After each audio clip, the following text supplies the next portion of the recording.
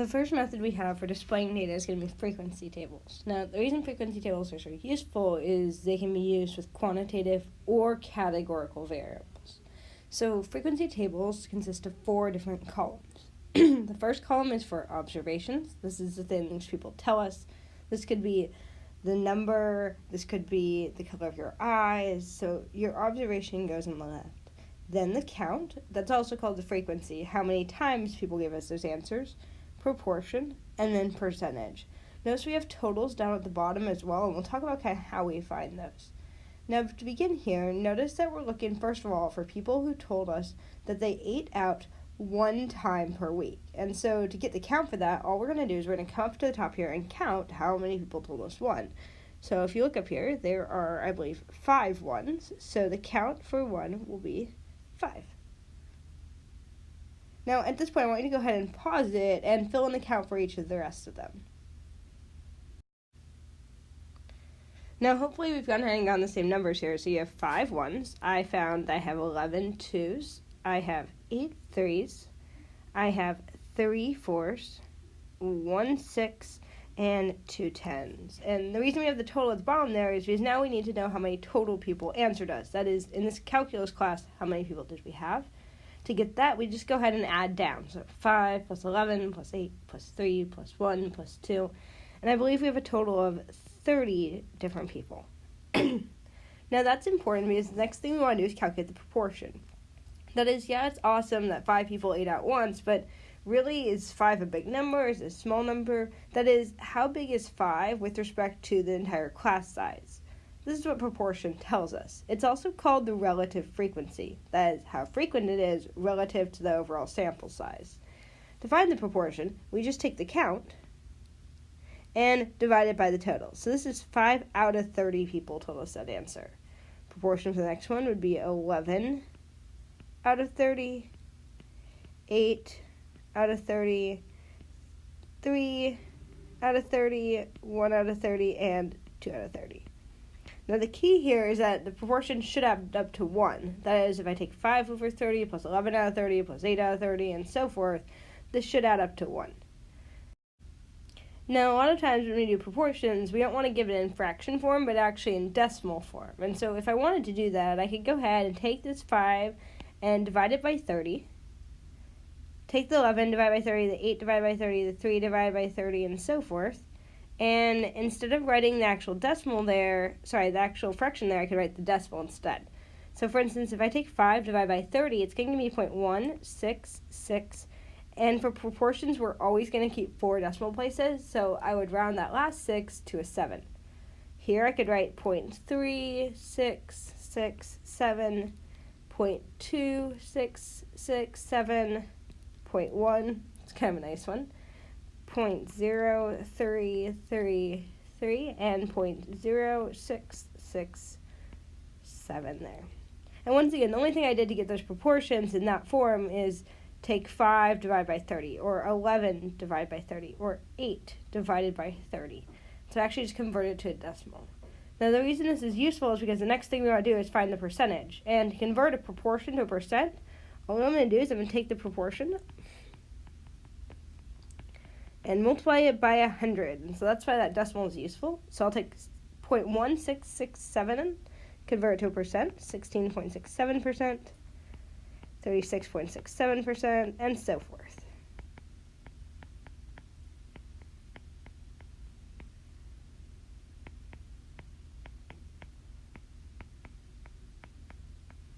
Now, ideally, these percentages should add up to 100. I want to be clear, though, sometimes these aren't going to add up so nicely. That is, the proportion might add up to like 0.99, or the percentage might add up to 99.97%. It's just going to do a lot with our rounding. So it's okay if it doesn't add up perfectly, but this is our general form for a frequency table. A contingency table is a lot like a frequency table in that it allows us to display how many fall into each category. The difference is a contingency table accounts for 2 different variables. So for instance here, you can see I have the type of animal and the animal's sex. Now, I'll go ahead and give you a second. I want you to go ahead and read through the problem, ignore my alternative spelling of Baltimore there, and then click play once you're done. Now, to fill out a contingency table, the most important part to remember is that it's additive. That is, our row here, number of cats, must add up to the total number of cats, or the number of dogs must add up to the total number of dogs. That is, our rows or our columns will always add up.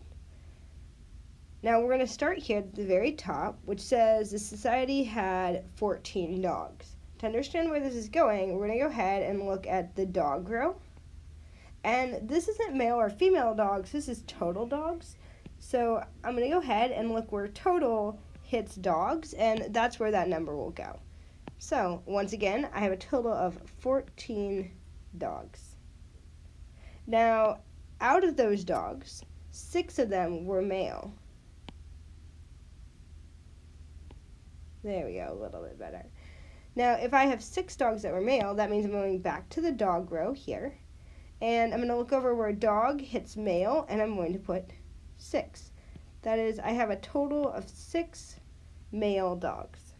The nice thing about this is it allows it, once again, to be additive. So if I have 14 total dogs and 6 male, I can get the female by taking 14 minus 6, which I believe is 8.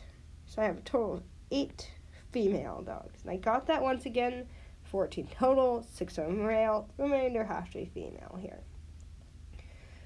Going on to the next sentence then, I can see that we have 27 cats. This is the total number of cats, so I'm going to go ahead and do cats and total. I will then put 27 there, a total of 27 cats. Out of the cats, 16 were female. So coming over here, cats and female, there are 16 of them. Now, if there were 16 cats that were female and 27 total, I can take 27 minus 16 to get 11, and that means 11 of my cats were male. The only other thing I have to do is go ahead and figure out my totals. So here I can tell I have 27 cats, 14 dogs. So if I add 27 to 14, I believe I get 41, and that's the total number of animals. I've got 11 male cats, 6 male dogs, so I've got a total of 17 male animals. And then I've got 16 female cats plus 8 female dogs, and adding those up there, I get 24. Once again, if everything works out, it should add. So I should be able to take this 24 down here, plus the 17, and get my 41. Now, stem and leaf plots are useful only in looking at quantitative variables, and specifically only with discrete ones. Remember, that means that there are only finitely many options. That's going to be important because we don't want to have infinitely many options as far as a stem and leaf. Now, when we go to do a stem and leaf, we go ahead and we draw a vertical line dividing. Now, to begin a stem and leaf, we draw a vertical axis. This is going to divide our stem off of our leaf. So over here is going to be our stem, and normally we wouldn't write this, and over here our leaf. The idea is that any number going into our stem and leaf will be split up into the stem and the smaller leaf coming off of it. So in general, any number going on a stem and leaf, let's look at the number 17, is going to be divided so that the last digit is the leaf and the rest of the number is the stem. So the number 17, for instance, would look like 1, 7. Now, it turns out that any number we want to put on here that has the same stem will go on the same line. So, for instance, number 19 would also go here. It's also got a stem of 1 and a leaf of 9. If we had another 19, it would go on there the same. So we would have 2 9s to represent the fact that we had 2 19s. If we had the number 20, it would go down here. It's got a new stem and a leaf of 0. We tend to put these in ascending order, that is, smaller number, smaller leaf on the inside, out to larger leaves on the outside. So, for instance, I could add in the number 21 by putting a 1 here, 22, and 28. Now, if a number goes into more digits, that's entirely fine. Let's say we hit the number 205. Once again, the leaf is only the last digit, so we'd divide it off, and we would put the 20 on this side and the 5 on that side. So let's go ahead and look at an example here. So this is our first example of a stem and leaf. Notice that all my numbers here have 3 digits. That's entirely fine. I'll still divide it off so there's only one number left in the leaf. Now when I look at these numbers here, I'm going to go ahead and try and arrange it so that I've got my smallest stem on top down to my largest stem on the bottom. The smallest stem will be right here, and I'll divide it off so that 19 is the stem. Looking across, the next number will have 19 as a stem as well. The next one will have a 20 stem. 20, 20, 21. And that looks perfect. Now I'm going to go ahead and add on the leaves. For the 19s, I have 19 with a 1 after it for 191. I have a 3 after it for 193. For the 200, I'll put a 0 here. I have a 204. I have another 204 as well. I have a 211, so 21, 1 for that, 21, 3, 21, 5, and 21, 5 again. So once again, the key here is we divide off the last number, that'll be the leaf on the right side, everything else will be the stem on the left side, and if we have repeats, that's fine, we just repeat that digit. Whenever we go to do our histogram, one of the most important things we're going to do in the very beginning is figure out how wide our intervals are going to be. So in this example here, I want you to go ahead and notice my interval runs from 10 to 15. As a reminder, this little bracket on this side is what we call the closed bracket. It means include that number. The parenthesis on the right-hand side means get really close but don't actually include it. So this first interval would include any number from 10 up to but not including 15, which would mean like 14.9 would work, 14.99 would work, but as soon as we hit 15, 15 is not going in that first interval, it's dropping down to the second. Now for each of these intervals, we need to figure out how many people fit into each one, or in this case, how many games had that high of a score. So for our first interval from 10 to 15, I notice I have 13 and 14, which means I have 2 games that have a score between 10 and 15. The next interval from 15 to 20, I can go ahead and run there. Notice it does not include 20 because of that parenthesis, so it looks like I have 4.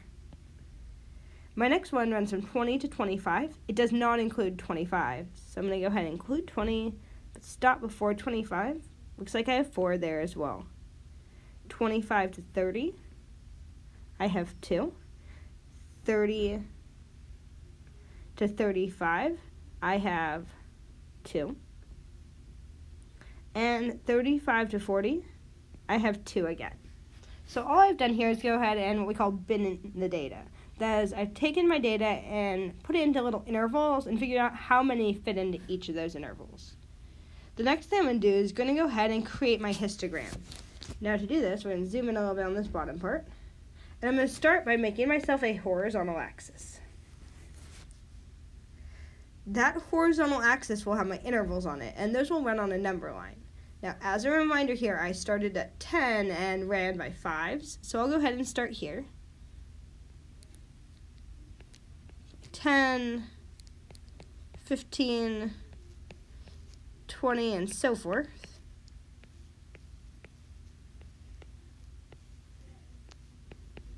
All the way up. On the left-hand side, we can put a vertical axis if we want to. A lot of times I will leave it off, but as this one is our first one, I'll go ahead and include it. This will be our count.